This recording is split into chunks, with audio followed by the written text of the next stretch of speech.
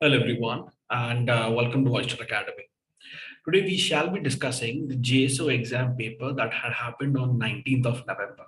Now I know it's a little bit late to discuss this now, but it's all right. We'll go through this question paper so that you also get a basic idea and understanding of what the type of questions were asked and what was expected of you. We have a new BDO exam also coming in very soon, and the BDO exam also will be pretty much based on the same type of questions and so on and so forth. So you also need to understand. So this JSO exam question paper discussion will give you a better way of answering the BDO exam, and that is the final goal over here. So we'll see these questions one by one. Now, will we have all of these 75 questions that were asked in the CBRT exam in one single video? I'm not exactly certain. We might do it in 2 or 3 smaller videos. I haven't decided as of yet, but we'll take them one by one. All right, but I'll see to it that all the questions are covered. Okay, we'll start with the passages first. We will take it just as it had come in the examination, and we'll discuss the answers. Okay. Now here is the passage, the first passage, passage number 1. You could do one thing. You could either pause the video here and go through this entire passage, and then we could try and answer the questions, or I am going to take you through this passage any which ways, read through it so that it becomes easier for everybody to sort of understand and move ahead. Okay. So if you're comfortable with just pausing the video, going through the passage and go jumping to the questions, I am also fine with that. For those who don't want to, we'll read the passage. Okay. So here goes. To teach is to create a space in which obedience to truth is practiced. Space may be like a vague, poetic metaphor until we realize that it describes every experiences of everyday life. We know what it means to be in a green and open field. We know what it means to be on a crowded rush hour bus. These experiences of physical space have parallels in our relationship with others. On our job, we know what it is to be pressed and crowded. Our working space diminished by the urgency of deadlines and competitiveness of colleagues. But there are times when deadlines disappear and colleagues cooperate, when everyone has space to move, invent, produce with energy and enthusiasm. With family and friends, we know how it feels to have unreasonable demands placed on us, to be boxed in by the expectations of those nearest to us. But then there are times when we feel accepted as who we are or forgiven for who we are not. What at times a spouse or a child or a friend gives us the space both to be and to become. Okay. Now, one very simple way to go through passages is take your time. In the exam, take your time, go through these passages because it will become easier for you to answer the 5 questions that come after the passage. Okay. So take your time, understand each and every sentence, correlate it to the next sentence, so and paint a mental picture. And that will make it easier for you to understand. All right. Let's look at the questions. Question number 1. With the help of the options provided, match the following phrases as to convey the sense they represent in the passage as closely as possible. And here are the options, and here are the question options, and here are the answer options. Okay. Now, as you remember earlier, I had also told you that there is going to be 5 options that you need to select from. So A, B, C, D, and E. For every question, there will always be a none of the above. Okay. Okay, so let's try and find it from the first 4 options itself. And if you're not able to, then we'll select none of the above. But we'll first try to find what the answer is. So column A, column B, we need to match these columns. Let's take first one. Space as a vague poetic metaphor. Does it represent constraining working space? Is akin to space both to be and to become? Okay, this could be one answer. Can capture everyday experiences. All right. Show the absence of feeling of space and indicate soothing and expansive space. Okay. So let's try to find this in the passage. Okay. If I go back, that is space as a vague poetic metaphor, and try to find it in the passage, it is the very first line. Okay. To teach is to create space in which obedience to through this practice. Space may sound like a vague poetic metaphor until we realize that it describes experiences of everyday life. So what is space when it sounds like vague poetic metaphor? That it describes experiences of everyday life. Which option is that? Here, option third, can capture experiences or everyday experiences. Okay, so one is three. That much we understand. All right, one is three. How many options do we have? It could be A, or it could be C, or it could be D. Fair enough. Okay. Of course, this particular option always stays. So you have to see to it that all four options are corrected or correlated properly. The second one, a green and open field. Okay, a green and open field represent constraining working space. No, it is a green and open field. Okay, is akin to space both to be and to become. No, it is not. It is when friends and family accept you. Remember the last line of the passage. Okay, you can go back and check also. Show the absence of feeling of space. How can absence of feeling of space be equal to green and open field? No, then it is going to be E, indicates soothing and expansive space. Now, what are your options? It is definitely not these two. This could have been an option, but the first one itself is wrong. So this also goes, the option left is A. Now you could directly answer this as A and move on, but the problem is none of the above. And that is why these questions become very lengthy. Okay, we'll try to correlate. Is 3 equal to A? Let's see. Too many deadlines and competitions represent constraining workspace. Yes, that is an option, no doubt. But what about this feeling of absence of space? It could be D also. All right, so let's see the fourth one. Emotion of acceptance and enthusiasm is akin to space both to be and to become. How did we come to this particular conclusion? Let's go back. Okay. The very last two lines. With family and friends, we know how it feels to have unreasonable demands placed on us. With family and friends, possibly your parents will say, you know what, this time you have to score very well in the exam, even though you know that you're not able to study or you're not able to concentrate. But it is possibly unreasonable demands. No, you have to get 95%, 99%. That is unreasonable demands from any child, to be honest. But it's okay. It is something that your parents do want to push you so that you can get the best out of yourself. But will they tell you to get out of the house because you could not get 99%? No, you are forgiven for who you are and forgiven for who you are not also. So you are accepted for who you are and forgiven for who you are not. That is what friends and family do. And if you sort of look at it, this is the time when you have all of these people who give you the space to both be and to become. So they will encourage you also, and even would say, and even accept all your failures, and even accept the fact that you can reach a certain point and not beyond that. Okay, you can reach up to 65%. That's it. They won't tell you that they're not going to punish you for it, and they're not going to kick you out of the house for getting 65%. So you will be accepted at 65% also, even though the expectations were at 99%. All right.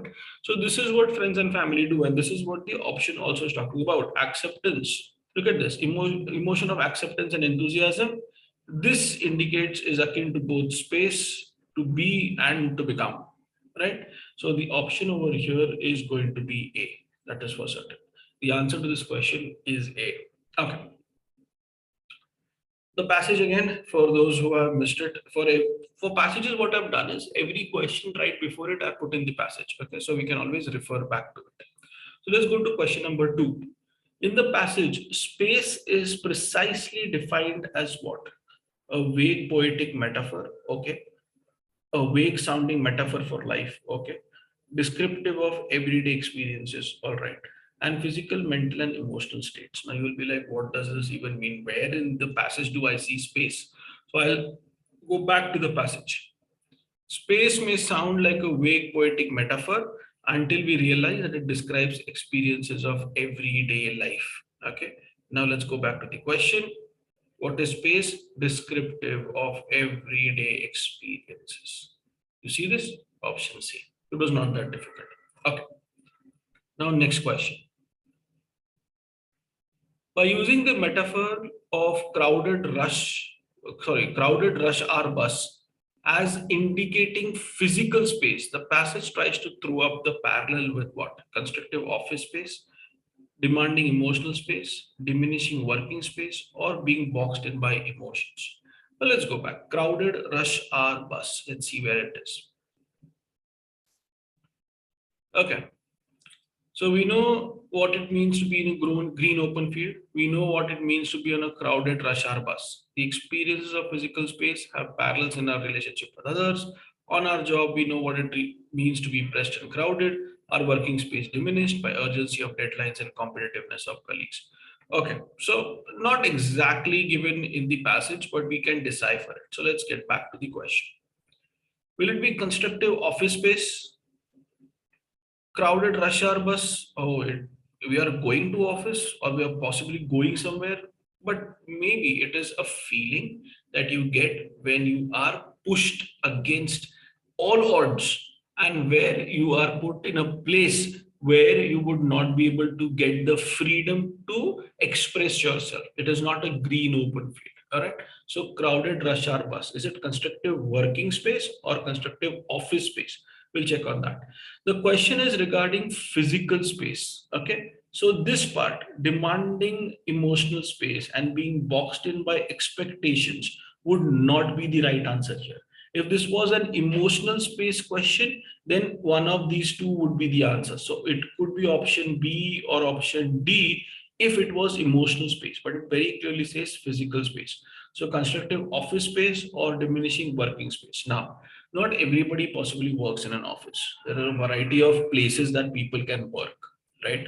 So putting it in office only would not be the right option, because this kind of feeling would be there for everybody, including children and adults and even those who have retired. Okay. So diminishing working space would be the best option out of this. And the answer is C. Okay. So it is not only about finding it in the passage, but also understanding and interpreting, reading between the lines. That is more important. All right. Moving on. The use of phrases like unreasonable demands, boxed in by expectations, or being accepted or forgiven for being what you are in the passage mainly try to describe what? Favorable and unfavorable relationships. Okay. The emotional space of an individual. All right. Mental turmoil followed by peace. All right. The struggle to find calmness after strife. Okay. So this is again a possible question which is easy to answer, but we'll try to decipher each and every option over here. Mental turmoil followed by peace. The struggle to find calmness after strife. These two are the same thing. You cannot have one answer for two options for the same answer. So these two are definitely out. But if you look at the question also, phrases like unreasonable demands, boxed in by expectations, being accepted, forgiven for being what you are. Where do you see this? You see this with friends and family. You remember the last two lines. Okay, let's go back. Here, with friends and family, we know how it feels to have unreasonable demands placed on us, to be boxed in by expectations of those nearest to us. But then there are times when we feel accepted as who we are or forgiven for who we are not. What at times a spouse or a child or a friend gives us the space both to be and to become. All right. So this is what happens with friends and family. It does not mean that you have favorable and unfavorable relationships. With friends and family, these are relationships which are favorable, come what may. Okay. However, there are incidents in those relationships that would be favorable or unfavorable for you. When you are accepted at 65%, that is favorable for you. But when you are asked to get 99%, that is an unfavorable part of the relationship. The relationship is not unfavorable. There is a very small difference over here.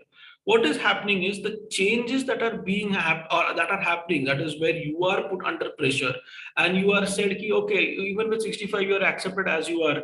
You are, the pressure is taken away. It is your emotional space that is being affected, and hence this particular point, these phrases tend to talk about the emotional space of an individual, and hence it is answer B. Okay. Last question on this passage. Let's see. To teach is to create a space in which obedience to truth is practiced. Select the options given, the one that is closest to the sense of the above statement. Now, in all of the 5 questions, this question seems to be the most difficult one to answer. To teach is to create a space in which obedience to truth is practiced. What does this even mean? Let's look at the options. Teaching is physical, mental, and emotional preparation for everyday experiences. Okay, this could be because this is what space even means. All right. Teaching gives rise to physical and emotional readiness to face the truth of life. Okay.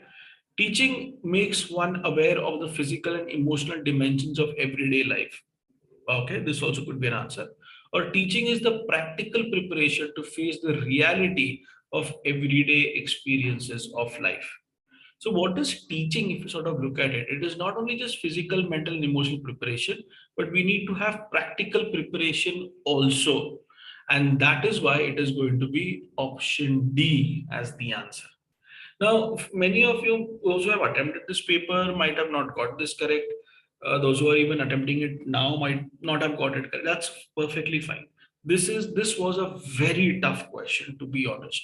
So to teach is to create a space. When you're looking at space as such, what it is nothing but learning about everyday experiences in which obedience to truth is practiced. When you say obedience to truth, what does that even mean? That means you cannot just go around daydreaming about some experiences and thinking about what is going to happen in the future. It is about being in the present. Being in the present has more practical approach to it. And hence, teaching is the practical preparation to face the reality of everyday experiences of life. This is the question where you had to interpret a lot. All right. So it is fine if you got this wrong. It is perfectly fine. No issues at all whatsoever. This was a tough one. Okay, so 5 questions done from our passage. We'll move on to the next passage.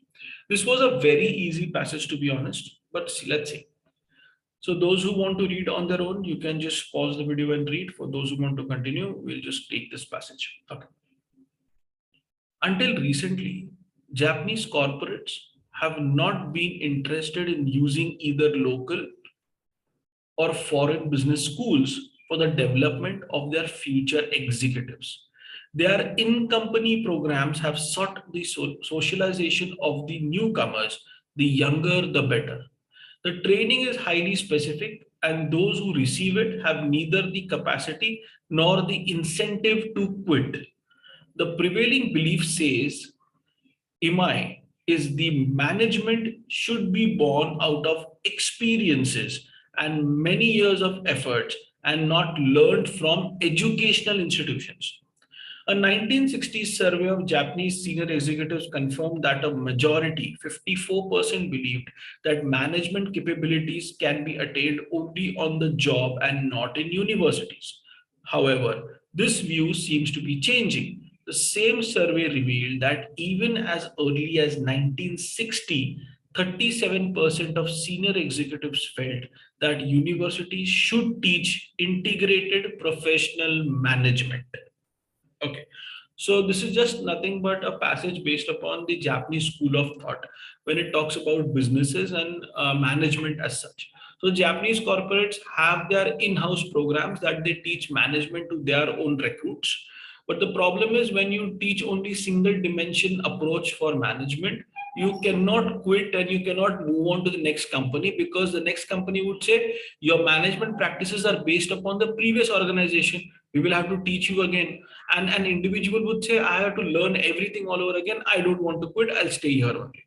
However, this idea is changing because you would notice 37% of senior executives felt that universities should teach integrated professional management. And look at this, until recently Japanese corporates have not been interested in using local or foreign business schools. They want to move into, they are and have been using in company houses. But until recently, they're not interested. That means now they might be interested. So we'll look at the passage of the questions. This is the basic crux of the passage. We'll see what the questions are. Question number 1. From the options provided below, select the ones which indicate the shortcomings of in-company training. Okay. It is too specific to capacitate or incentivize to move to other avenues. Okay. It is obtained on the job, not in the education institution or universities. Okay. It seeks socialization of preferably younger or young newcomers. Okay. It is obtained after years of experience and effort. Now, Look, what is the question? Shortcomings of in company. It is obtained after years of experience. All of these are shortcomings, no doubt. Which one is the biggest one when it comes to the individual also? It is obtained after years of effort. All right. Can it be earned before that also? It is possibility if the person is very smart. Okay. It seeks socializing of the preferably younger newcomers. Preferably younger, does it mean that the older ones will not be taken? No, that is not the case. This is definitely out. It is obtained on the job, not in educational institutions or universities. And is that a problem? Not exactly. It is not a shortcoming. The fact that it is an in-company issue, that means it is obtained on the job and not in education institutions. This is definitely out. So the option is going to be A or D as such.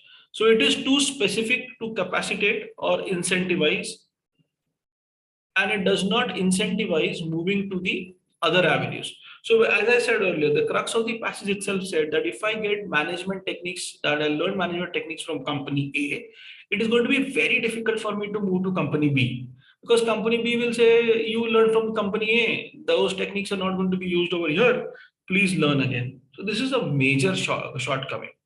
So option A is the best answer over here. All right. Next question. Arrange the following statements in the logical order so as to read like an integral argument. Now, this is the type of question that you need to really understand what the crux of the passage is, and that is why I went through that. So let's see. The socialization of newcomers entails hands-on practice and long effort. Japanese corporates trust their own in-company training for their business executives. It is believed that managerial capabilities can be built only on the job and not in business schools. And a shortcoming of this process is that training is offered too precise for wider application and green pastures. Okay, from all of these four, you can definitely say that this fourth option is definitely after something. After what? See, a shortcoming of this process is that the training is often too precise for wider application and greener pastures. Is it because Japanese corporates trust their in-company training, or it is widely believed that management capability can be built only on job, or is it because socialization of newcomers entails hand-on experience and long effort? Okay, so if you sort of understand this, the basic crux of the passage is that option two will be first. Why? Because Japanese corporates trust their own in-company training and their business executives. So what is happening? You need to lay this in proper order. What does the passage talk about? And how can these four lines be put in comparison to the passage as such? What is the flow of the passage and what is the flow of these four options? In all of this, option number three would be the best. Why? Look at it. So statement two first. So it starts with the fact that Japanese corporates trust their in-company training. Why? It is widely believed that such managerial capabilities can be built only on the job and not in business schools. This is one. This is two. Okay. Now I can directly say that the shortcoming of this process is that the training is often too precise for wider application in greener pastures. Okay. But I will not be able to add this statement. So from 2, 3, and then I go to 1, which is option. That will be option third. The socialization of newcomers entails hand-on experience and a long effort. And then the final part is the shortcoming of this process is that the training is often too precise. Okay, so hence it will be option C, which is 2, 3, 1, and 4. And the next question. Read the following statements carefully and state whether they are true or false. Okay. Japanese corporates had preferred okay, had preferred their own in-company programs over business schools for the development of future executives. Did they? Yes. However, there are signs that this has slowly begun to change. Yes, it has. I'll show you where it says. Until recently, Japanese corporates have not been interested. Until recently, they had not been interested, which means they are now possibly interested. And how can I say that? The very last line. As early as 1960s, 37% of senior executives felt that the universities should teach integrated professional management. So this means that section, that is your second option, is also correct. So Japanese corporates had preferred their in-game programs, yes. In company programs, yes. And second is that, however, there are signs that this has slowly begun to change. The option two also is correct, which is the best. The option over here, which is statements one and two, are both true. Okay. So let's look at fourth question from second passage. So ninth question and all. Until recently, Japanese corporates have not been interested in using either local or foreign business schools for the development of their future executives. The above statement implies that the Japanese corporates are what? Until recently, they have not been interested. What does this mean? That they are possibly moving towards or changing their stance. So let's see, they are inclined towards some local or foreign business schools, okay, possibly. Hardly interested in development of their future executives, no, that is not the case. Not interested in trained business executives, no, that is not the case, because they're training them themselves. And gradually revising their views of business schools, yes, this is the best option, that they're gradually revising their view of business schools. Okay.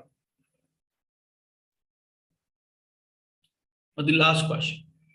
From the options provided below, identify the one that is farthest in meaning to the term incentive as it is used in the passage.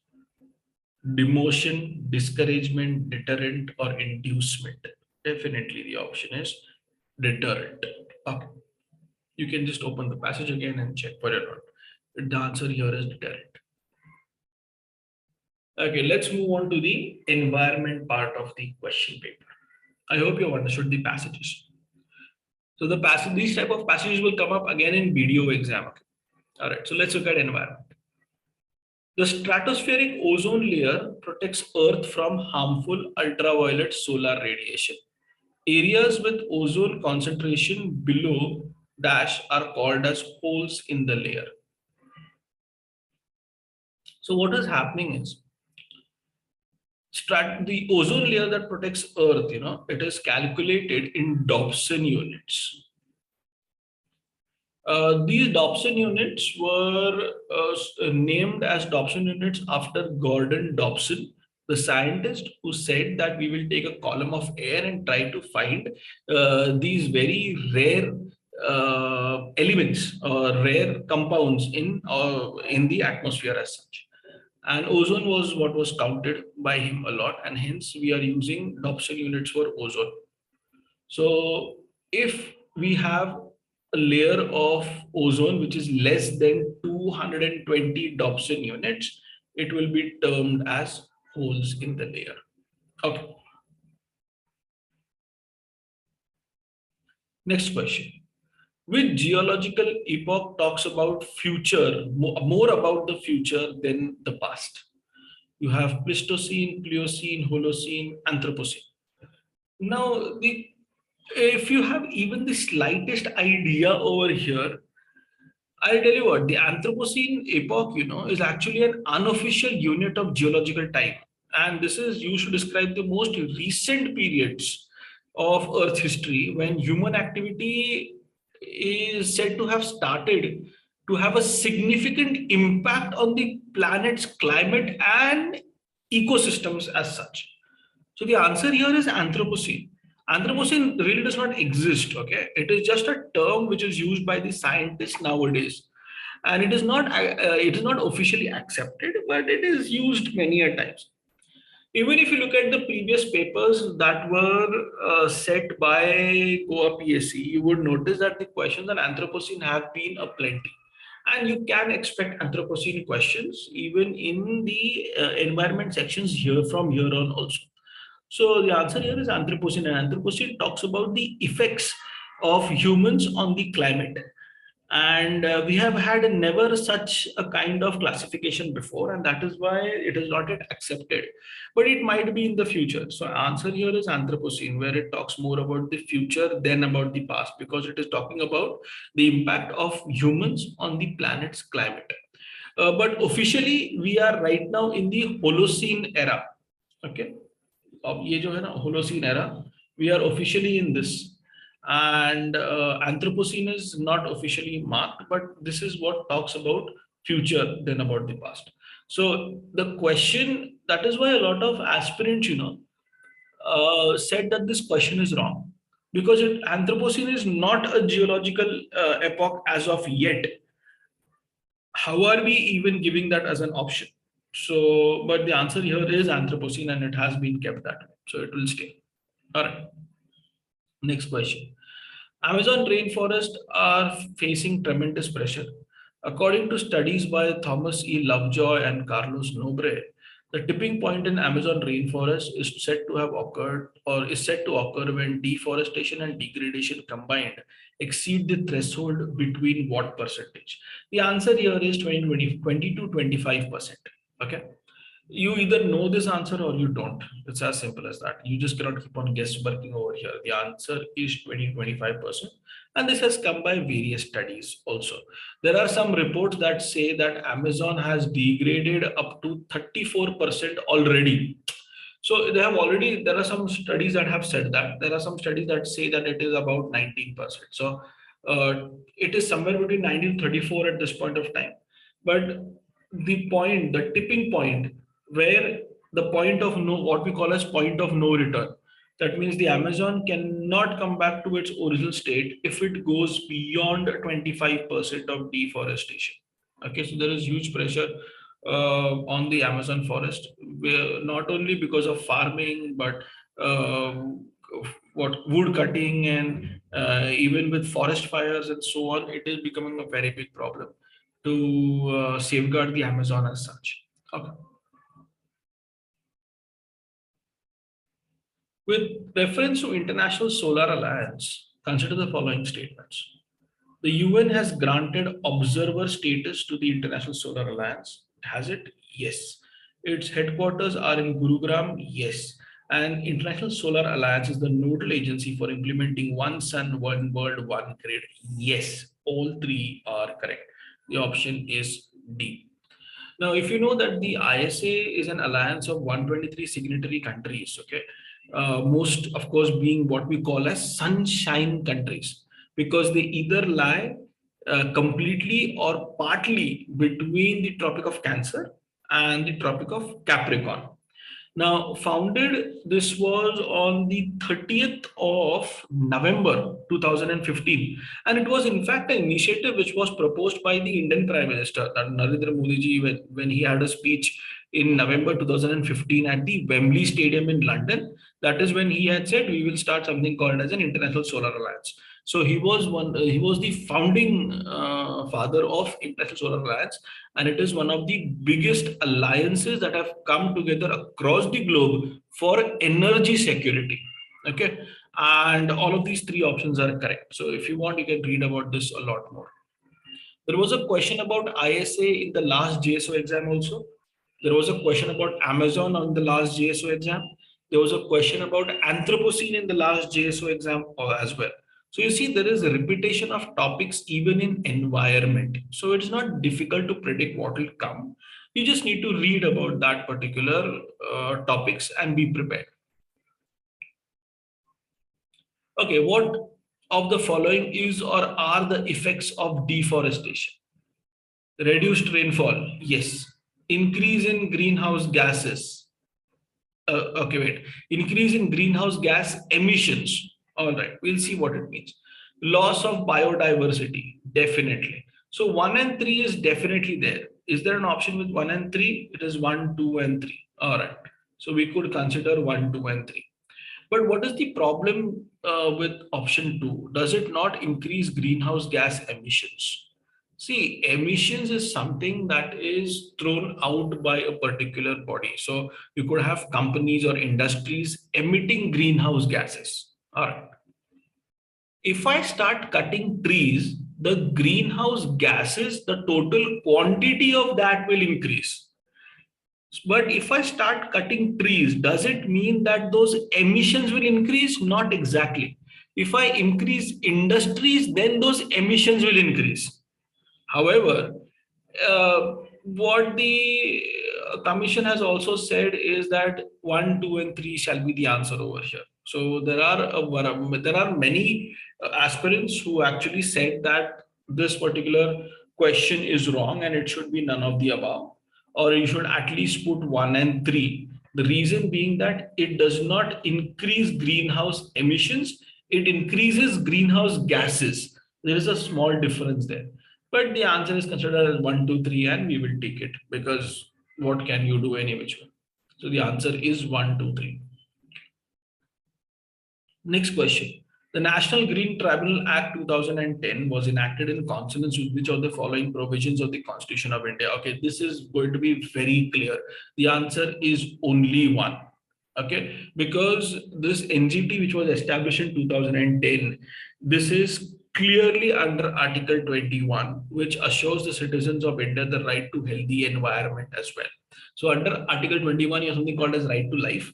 And under right to life, there is an entire list of things that Supreme Court keeps on adding. And in that, we had a case which spoke about the right to healthy environment. And hence, National Green Tribunal Act of 2010 was enacted. Okay. It has nothing to do with option 2 and option 3. All right. So it is statement 1 only is correct. The answer is going to be A1 only. Okay, which of the following can be found as pollutants in drinking water in some parts of India?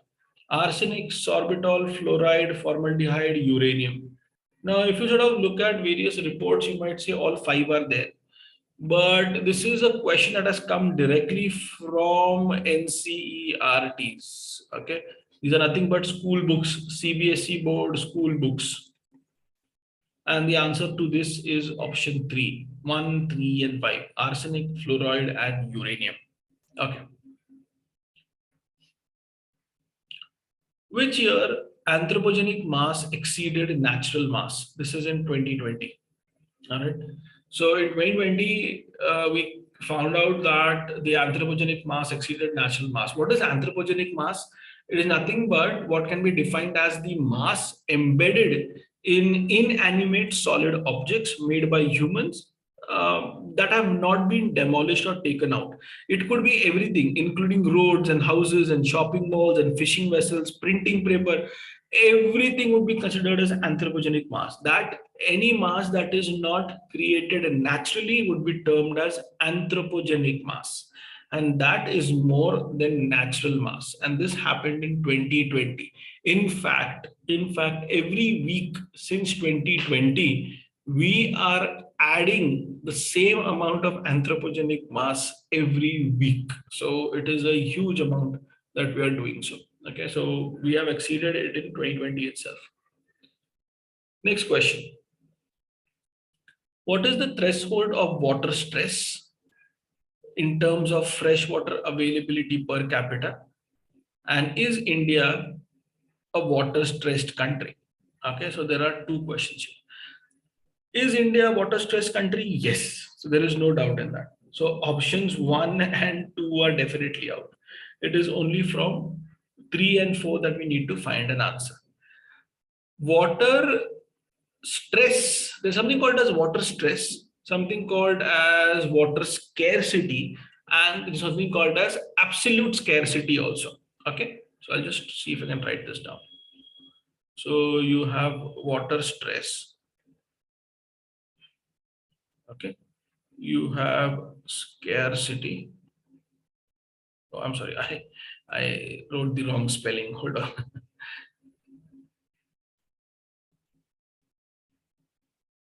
Okay, and then you have absolute scarcity.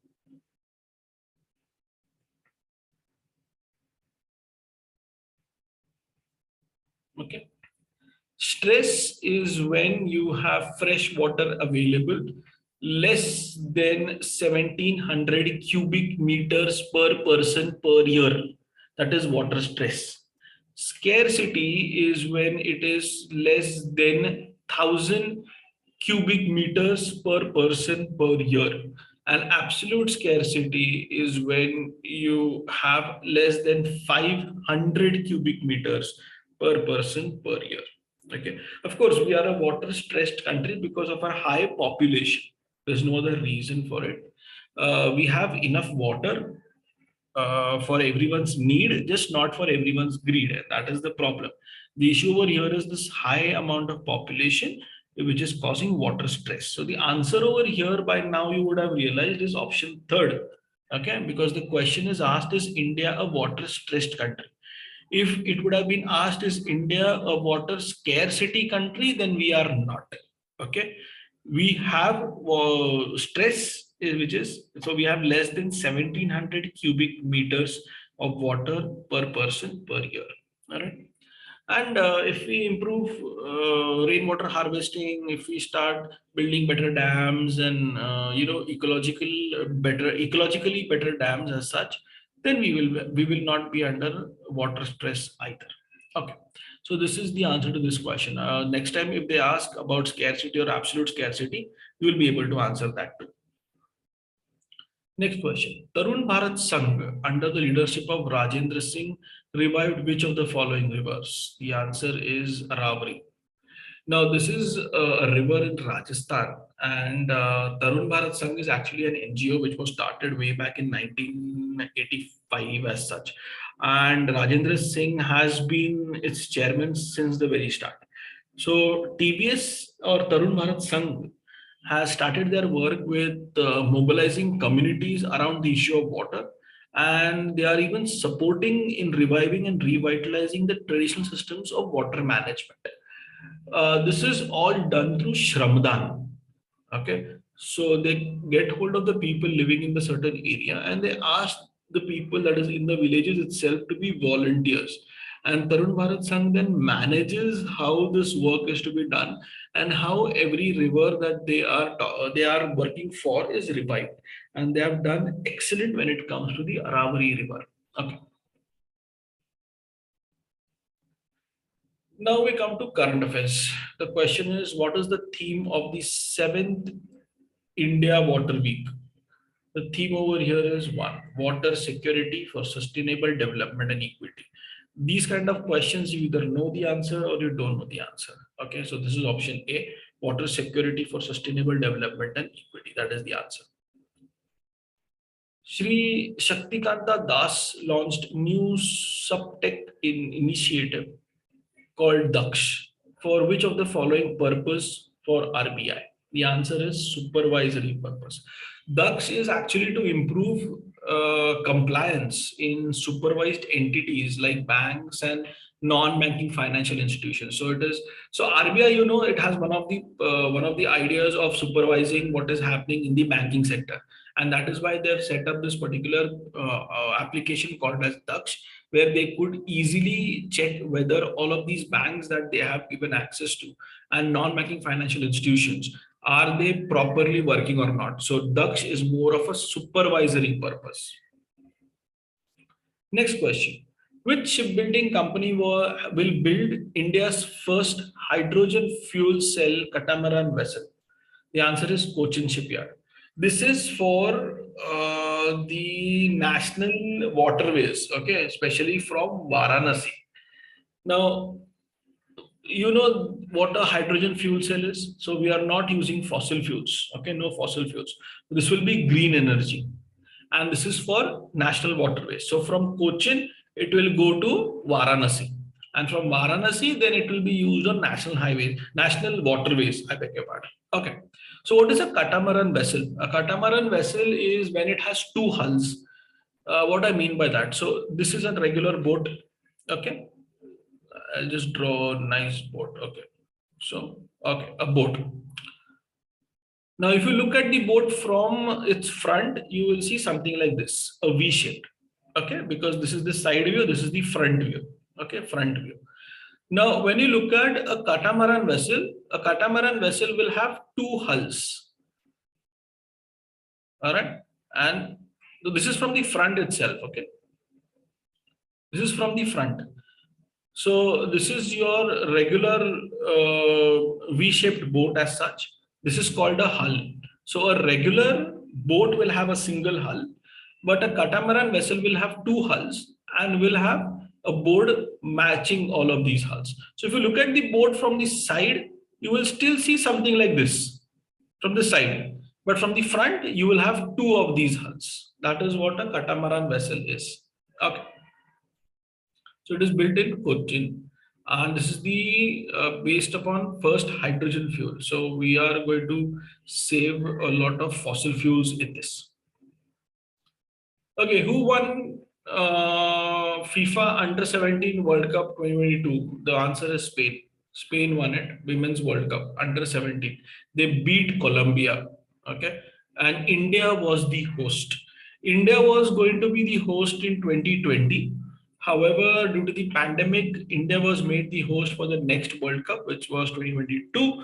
So we were the host over here. We also played. Unfortunately, we didn't do really well, but that's okay.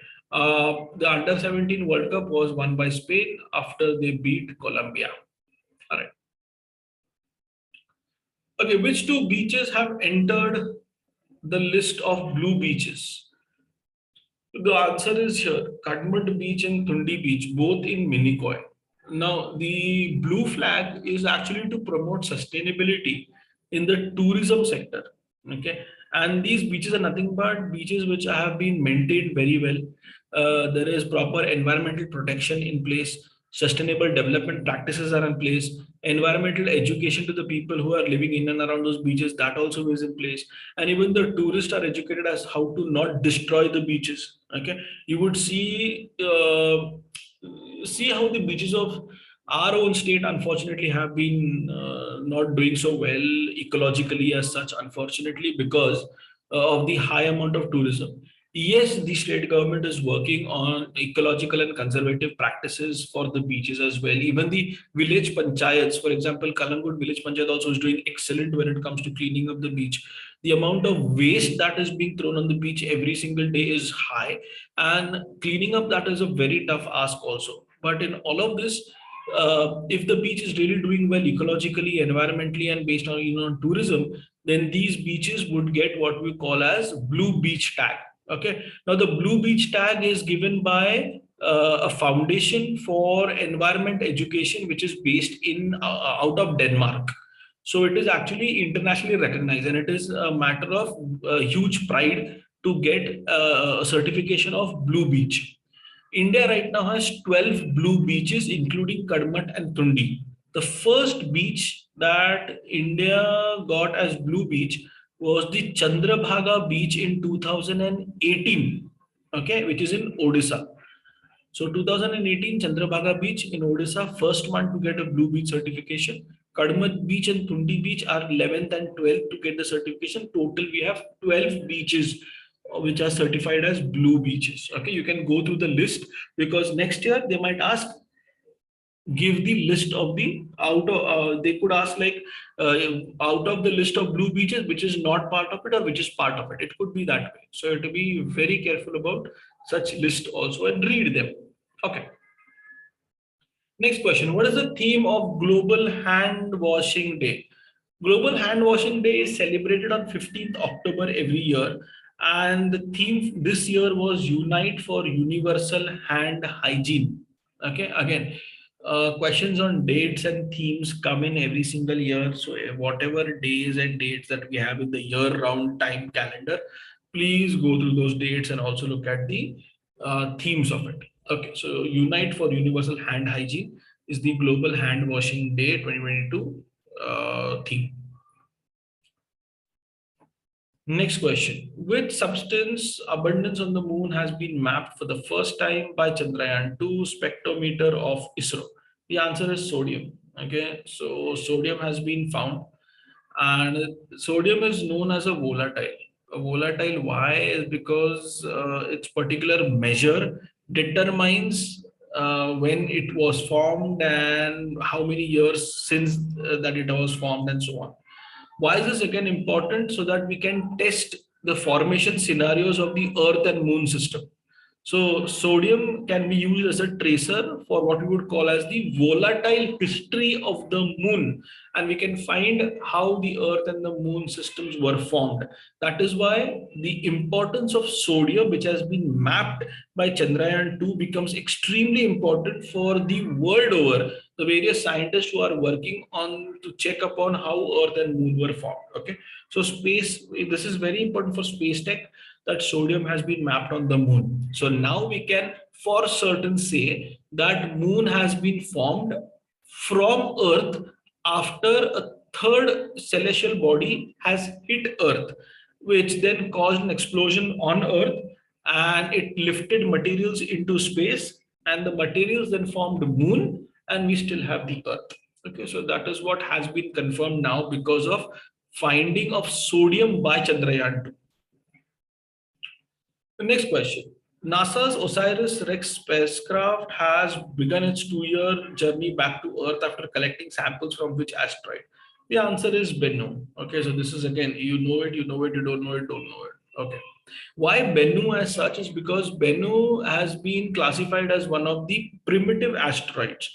So if we have sample collection from Bennu, we could even find how the entire universe was created, or we could find the minerals and atoms that were there at the time of the formation of the universe. So what was immediately created, we could find out once we find the samples from Bennu. And that is why this again has become important. Okay, next question. The National Ayurveda Day is celebrated on which date? Okay, the answer is October 23rd. Now, there's a small problem with this question also. It is not October 23rd every single year. So it keeps on changing. The National Ayurveda Day is actually celebrated on Dhanteras Day. This year, it was on October 23rd. So next year, if they ask you National Ayurveda Day, when is it? You will need to know when the Dhanteras Day was. Now, why do we celebrate it on Dhanteras Day is because on this very same day, on Dhanteras Day, Lord Dhanvantari had appeared during the Samudra Manthan with nectar. Okay. And so with Amrit, that is was the concept for Samudra Manthan, right? So he had come out with Amrit in his hands. And that is why on Dhanteras, we celebrate National Ayurveda Day. So this year it was on October 23rd. When it was celebrated for the very first time in 2016, it was on October 28th. So next year it might be different. So you have to be very careful with this. Okay. The next question. India's first aqua park will be established in which state? This is going to be in Arunachal Pradesh. Okay, so Narendra Modi ji, when he was giving an address, that is time when he had said that aqua park will establish in each state. We'll start with Arunachal Pradesh. So Arunachal Pradesh is going to get its first aqua park. Then we move on to history. Which of the following leaders is called the father of Indian Renaissance? Of course, there is no other name but Raja Ram Mohan Roy. I think everybody should have answered this correctly. He's the father of Indian Renaissance. Okay. Next question. Where did the Britishers set up their first factory in 1630? The answer is Surat. Surat they set up in 1613. It is after the huge battle that the British had with the Portuguese ships as such, okay, and the British won. Jahangir was so happy that there somebody with an equal power on the seas is able to beat the Portuguese, because Jahangir the Mughals did not have anything to do with ships as such. They never had a navy. So they were always beaten by the Portuguese of whatever small little ships or fishing ships that they had. So the Portuguese were ruling the Indian Ocean overall. And the British come in, they beat the Portuguese near Surat. And Jahangir, being so happy that the Portuguese have been defeated. I mean, come on, it's been what, about 100 years or so that the Portuguese navy have been around in the Indian Ocean. And Jahangir was pleased to see that someone beat the Portuguese. And that is why in 1608 itself, he gave the farman that you can actually build a factory at Surat. And 1613, the first factory was set up in Surat itself. Okay. Next question. The Bengali leader who opposed socio-religious reforms and supported orthodoxy was whom? It was Radhakant Dev. Radhakant Dev was completely against Rajaram Mohan Roy and his Brahmo Samaj, and he was also against Derozio and the Derosians. So Radhakant Dev in fact founded the Dharma Sabha. Okay.